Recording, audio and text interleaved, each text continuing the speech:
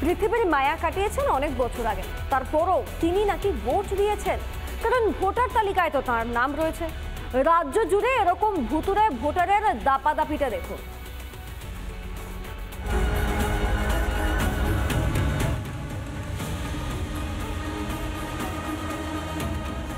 Voter তালিকায় ভুয়ো ভোটারের ছড়াছড়ি, মৃতদের নামও ভুরি ভুরি।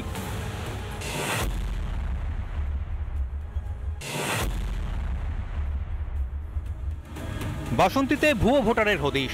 জ্যোতিষপুর গ্রাম পঞ্চায়েতের 229 নম্বর বুথে একের পর এক মৃত ভোটারের নাম তালিকায়। আপনার স্বামী কি জীবিত না মারা গেছে? মারা গেছে। কত বছর আগে? হয়তো 7 বছর আগে। 7 বছর। কিন্তু ভোটার তালিকাতে দেখা যাচ্ছে যে আপনার স্বামীটা এখনো জীবিত। মানে আপনি কি ডেথ সার্টিফিকেট জমা দিয়েছেন? হ্যাঁ, জমা দিয়েছি। উনি কত বছর আগে মারা গেছে? 15 বছর। 15 বছর আগে মারা গেছে। 10 বছর।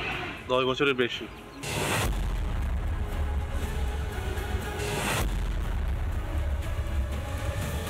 গাজল বিধানসভা কেন্দ্রের সালাইডাঙ্গা অঞ্চলের 98 বুথ সিংহপাড়া এলাকায় রয়েছে।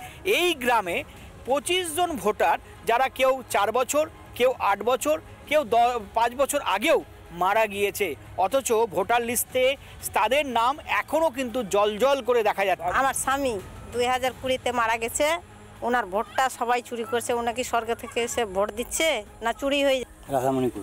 হ্যাঁ, কে হলেন ইনি? আমার মা। কত বছর আগে মারা গেছিল? 8 বছর আগে, 2008-এ। এই যে ভোটার লিস্টের নাম আমি জানি না কি করে হলো, থেকে গেল নাম।